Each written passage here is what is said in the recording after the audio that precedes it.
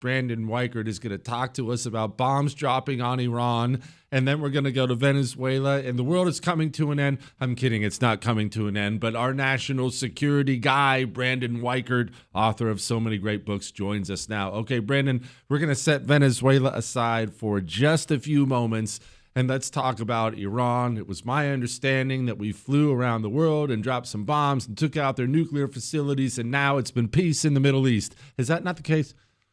No, that's not the case. No, and thanks for having me, by the way. That was merely round one. Round two is at hand, and it's looking like we've moved a dozen KC-135 Strato tankers into Al Udeid Air Base in Qatar.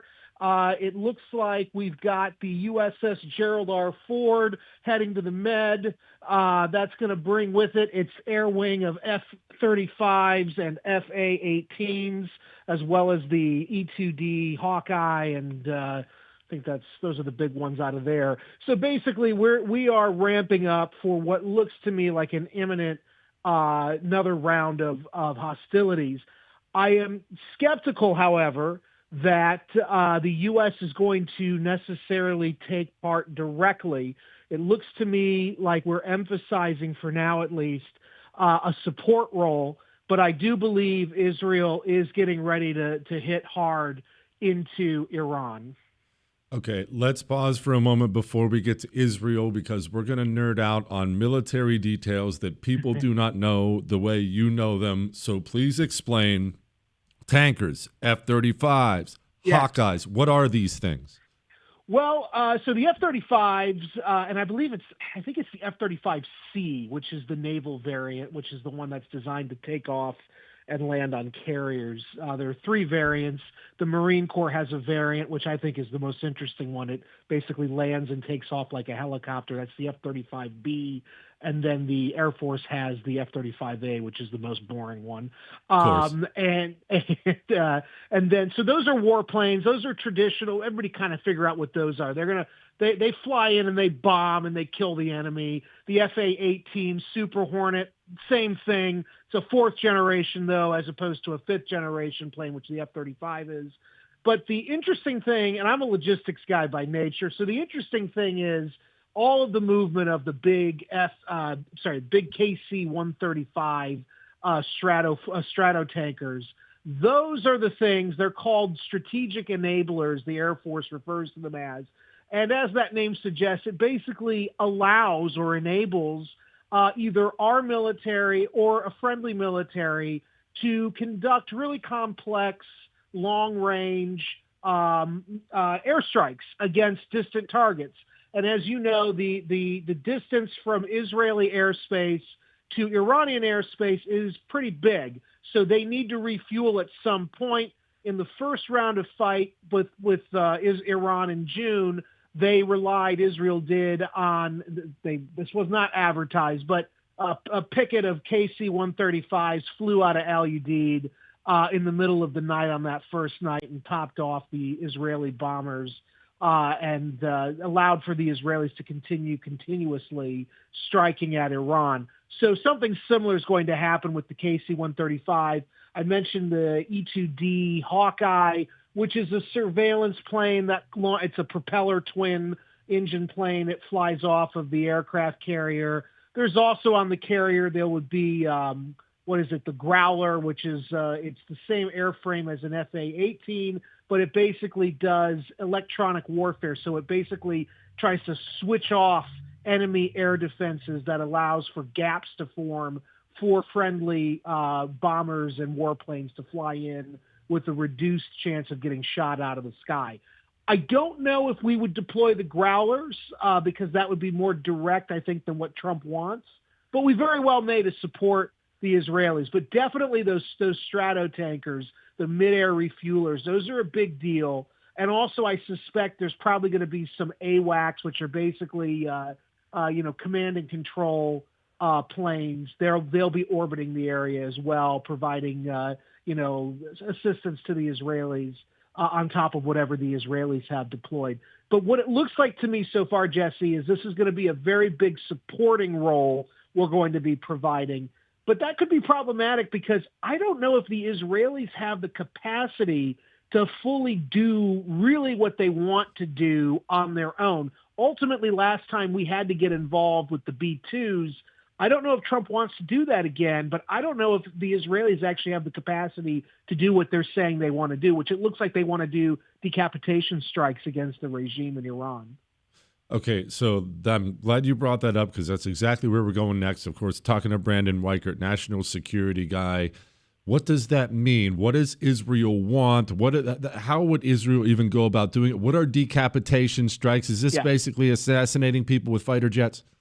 On paper, yes, but there's more to it. It sounds to me like Mossad, Israel's intelligence, has penetrated pretty deep within the Iranian regime. They have people on the inside.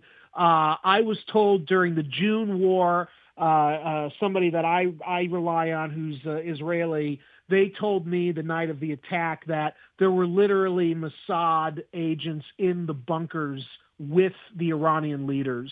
And people don't realize how the reason those Israeli airstrikes in the opening days of that war were so effective was because they literally had people on the ground in Iran hiding out, basically ranging the targets for the Israeli warplanes. I doubt the Israeli air campaign would have been as effective as it was had it not been for that really effective penetration of Iranian society and their government and military by Israeli spies. And in many cases, the Israeli spies were women who were penetrating the regime in more ways than one. That is one of the things the Israelis are very good at, is deploying their people into these secretive positions where they can basically get really good targeting. And that's at play here again. I think that the ultimate goal, and I think Netanyahu has even said this at one point in the last few months, the ultimate goal, the perfect vision, is to, one way or the other, get rid of the regime in Iran. And we saw them try that initially in the June war, where they were killing a lot of Iranian generals.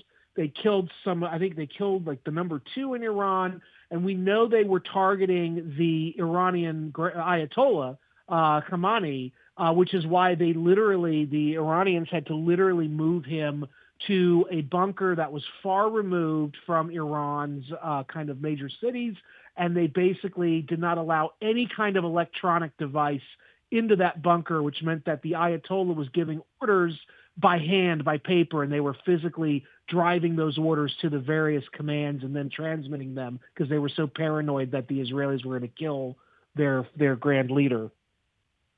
Yeah, I got to tell you, if all my general staff was getting wiped out too, I'd probably start handing out love notes myself. Okay, Brandon, do you have a few more minutes for us after the break? Because I didn't even get to Venezuela. This Iran-Israel stuff is so fascinating, but I want to talk Venezuela with you if you have a few. Is that okay? Yeah, I do. Yes, absolutely. Okay, so we're going to come back and we're going to talk to Brandon Weichert about Venezuela, because Venezuela apparently can detect our stealth stuff. How stealthy is stealth stuff? We're going to have a little conversation next. Trump certainly sounds like he's ramping up this war on the cartels again. But let's come back to Brandon Weichert, speaking with our national security guy, Brandon Weichert. You really should be hoovering up his books. Winning Space might be one of my favorites. But we're not talking about space. We're about to talk about Venezuela. What's happening in Venezuela? Who's helping who? What are we doing? Brandon, take it away. Well, I think that I know we are getting ready to bomb them. I was told that recently by somebody that I rely on for a lot of information about U.S. military information. It looks like in the next 2 to 3 weeks, there's going to be something going on with U.S. bombing of quote unquote drug-related targets in Venezuela. But I would just remind your audience that when Trump says we're going after the drug lords and the drug production facilities, Venezuela is basically running the world's largest state-owned drug cartel, which means If we're targeting the leadership of the Cartel of the Suns, which is the big cartel in Venezuela, technically we're going to be targeting Maduro, the leader of Venezuela himself, because he's basically the leader of this cartel. So that is a little bit of an interesting sleight of hand that Trump uses for basically saying we're doing regime change in Venezuela. We've moved a flotilla off the coast. We've got about 10, I think, F-35s. These are the Marine Corps variants, the ones that can take off and land like helicopters, the F-35B. And it looks like we're getting ready to do something. And I think the reason that Trump is so gung-ho about taking out Maduro is, and I don't know if this is real or not, I'm just reporting what I've heard from people close to Trump, is that the president really believes that there was an attempt by Maduro in 2020 to basically help steal the election against him. And if that is the case, if Trump really believes this, the Venezuelan dictator he's not getting out of this alive. There's no way that Trump's going to let him get away, and negotiate his way out of this. Because a lot of people have been asking me, like, why is Trump so committed to Venezuela? And it does seem a bit extreme, because Venezuela you would not think is like the number one threat to us, but Trump is acting like it is. And I think it's because he thinks Maduro had a hand in the 2020 election steal. But that is why you're seeing this buildup. And Trump is going to go in, I think, in the next 2 to 3 weeks with airstrikes. Okay, so I guess I have to ask the question, because I'm unaware, and I mean, maybe it's true. What does Trump think Maduro did in 2020? Well, it has to do with this firm that was started by a bunch of Venezuelan expatriates called Smartmatic, and they basically it's a software company that does all of the electronic voting machines. They do a lot around the world, not just here in the United States. And in fact, three of the corporate leaders for that company are up on charges in the Philippines for bribing election officials in the Philippines. But they were, if you remember, in 2020, they were accused by Trump of having had a hand in stealing the election. But ultimately, whether it's true or not, the point is Trump believes that. And if Trump is linking what happened in 2020, him losing, to what's going on in Venezuela right now, anybody hoping for a negotiated settlement, you're not going to get it, because Trump has got the bit between his teeth, and he's like a Rottweiler. He's not going to let it go until he tastes blood. And that's why you have this buildup there. And that's why I think the person who told me we're probably going to start bombing in 2 to 3 weeks is probably correct, because he really thinks that Maduro is like and Maduro he's not a great guy, but he's not interested in negotiating with Maduro. Okay, so that obviously leads us to, is this going to be a cakewalk for us? Because I would argue that most Americans, myself included, I don't claim to be an expert, think about that regime and we think, surely we're not going to lose anyone. Frankly, we're not even really in danger of losing anyone. Certainly if we're just dropping some bombs and flying some sorties. Am I wrong? Well, on the face of it, you're not. And initially, when we started building up, I was sort of laughing like, this is going to be like Grenada or like Panama in the 80s. Remember, 3-day war in and out, we're good to go. But then I start seeing these reports of the drone capabilities that Russia and Iran for the last several years have been helping Venezuela develop. And we start hearing about the Pedrino, the head of the Venezuelan military, this morning gave a press conference in which he claimed they detected 3 or 4 of these Marine Corps F-35Bs in their airspace. So that starts making me question, are the Venezuelans being given training and capabilities by the Russians, whom they have a military alliance with? The Russians have really proven themselves effective at using really innovative techniques on their radars for detecting American stealth planes, The Chinese have also developed similar capabilities. It's not foolproof. Still, we have a lot of advantages with stealth, but the Russians in particular have been really developing these innovative ways of figuring out how to pinpoint American stealth planes. And they're pretty cheap, these methods. It's not like they're reinventing new technology. They're using existing detection technology, but they're doing it in a really unique way. They could be showing the Venezuelans how to do that. I know they showed the Iranians how to do that. So this is a concern, obviously, because the F-35 is our big primary warplane that we're going to be sending against Venezuela.